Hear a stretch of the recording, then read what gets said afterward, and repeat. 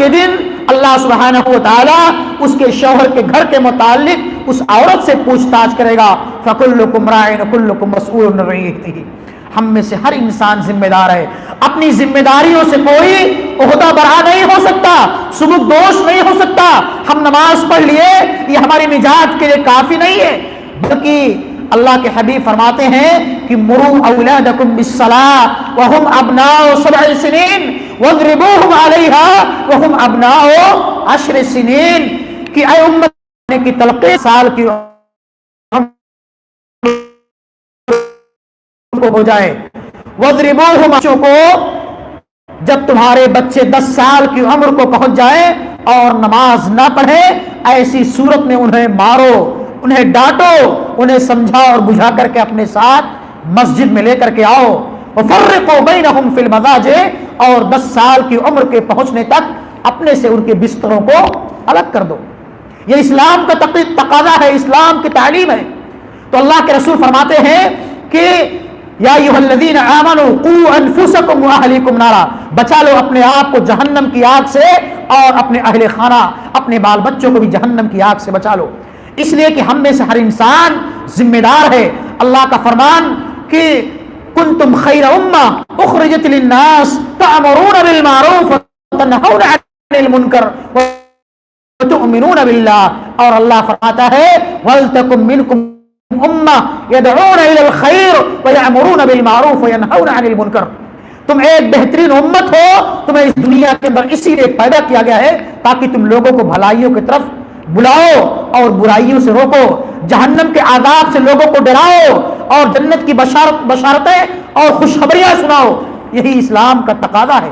جب اللہ رب العالمین نے یہ آیت مبارکہ قوا انفسکم نازل فرمایا تو اللہ کے رسول اللہ رب العالمین نے جب قرآن کریم کی آیت مبارکہ وانذر عشیرتک الاقربین نازل فرمائی کہ اے محمد صلی اللہ علیہ وسلم آپ اپنے گھر والوں کو, اپنے قریبی رشتہ داروں کو جہنم کے عذاب سے ڈرائیے, جہنم کے ہولناکیوں سے ان کو آگاہ کیجیے, جہنم کے بارے میں ان کو بتلائیے اور اللہ رب العالمین کے احکامات ان تک پہنچائیے.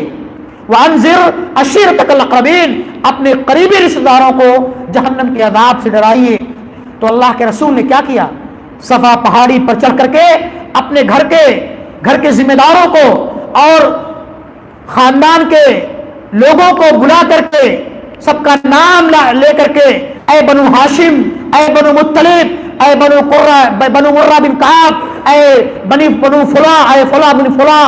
جب سب لوگ اکٹھا ہو گئے تو اللہ کے رسول نے کہا کہ انقذوا انفسکم من النار, انقذوا انفسکم من النار. اے بنو ہاشم, اے بنو عبد المطلب, تم اپنے آپ کو جہنم کی آگ سے بچا لو, بچا لو اپنے آپ کو جہنم کی آگ سے. یہاں تک کہ اللہ کے رسول نے اپنی پھوپھی حضرت صفیہ بنت عبد المطلب کے بارے میں بھی کہا تھا کہ اے میری پھوپھی صفیہ, تم بھی اپنے آپ کو جہنم کی آگ سے بچا لو, اس دنیا کے اندر اس جہنم کی تیاری کر لو, اس لیے کہ میں کل قیامت کے دن تمہارے کسی کام نہیں آ پاؤں گا. اللہ کے رسول نے اپنی بیٹی حضرت فاطمہ بنت محمد کے بارے میں کہا تھا یا فاطمہ بنت محمد, اے میری چہیتی بیٹی فاطمہ, تم مجھ سے دنیا کے اندر جو چاہو مجھ سے مانگ لو, اگر میرے پاس کچھ ہوگا جو میں تجھ کو دے سکتا ہوں تو دے دوں گا اس دنیا کے اندر. فإنی لا املک من اللہ شیئا, لیکن کل قیامت کے دن میں تمہارے کسی کام نہیں آؤں گا. میں تمہیں جہنم کے عذاب کا فرمان ہے کہ یہ تمام ازواج مطہرات, تمام صحابہ کرام ہیں, پھر بھی اللہ رب اے میری بیٹی فاطمہ, اے میری پھوپھی صفیہ, تم لوگ اپنے آپ کو جہنم کی آگ سے بچا لو کہ وہ جہنم کی آگ کی وقودها الناس والحجارہ, جس جہنم کی آگ کا ایندھن انسان اور پتھر ہوں گے, وہ جہنم بہت ہی خطرناک ہوگی.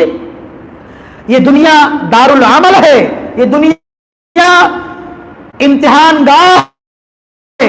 اس دنیا کے اندر جو کچھ ہم کمائیں گے کریں گے وہی پھل وہی پودا ہم جو اس دنیا کے اندر لگائیں گے وہی پھل ہم کل قیامت پودا لگائیں گے تو ہم کو کل قیامت کے دن اس کا اچھا رزلٹ نہیں ملے گا.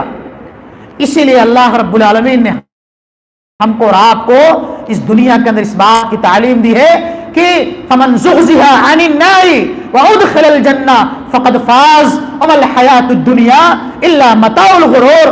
حقیقی معنوں میں کامیاب انسان وہ ہے جس کو کل قیامت کے دن جہنم کی اس دہکتی ہوئی آگ سے بچا لیا گیا, وادخل الجنہ اور جنت کے اندر داخل کر دیا گیا. فقد فاز, ایسا انسان اپنے مقصد میں کامیاب اور کامرہ ہے. وما الحیات الدنیا الا متاع الغرور, اور دنیا کی زندگی محض کھیل اور تماشے کی جگہ ہے. یہ دنیا لہو لعب کی جگہ ہے, یہ دنیا دارالعمل ہے, یہ دنیا فانی ہے.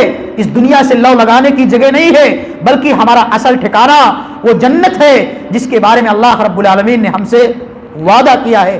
اللہ نے اپنے بہت ساری آیات کے ذریعے سے ہم کو اس بات کی تعلیم دی ہے کہ اس دنیا کے اندر اس آخرت کی تیاری اور فکر کر لو. جو جہنم بہت ہی خطرناک ہوگی, اس جہنم سے بچنے کی اس دنیا کے اندر تیاری کر لو کہ جب وہ جہنم جب جہنمیوں کو دیکھے گی کہ اس کا ہولناک منظر نہایت ہی خطرناک ہوگا. اللہ رب العالمین قرآن کریم کے اندر ارشاد فرماتا ہے کہ وہ جہنم جو ہمارے اور آپ کے لیے گھات لگائے بیٹھی ہے, ان جہنم کانت مرصادا للطاغین مآبا لابثین فیہا احقابا لا یذوقون فیہا بردا ولا شرابا الا حمیما وغساقا جزاء وفاقا انہم کانوا لا یرجون حسابا.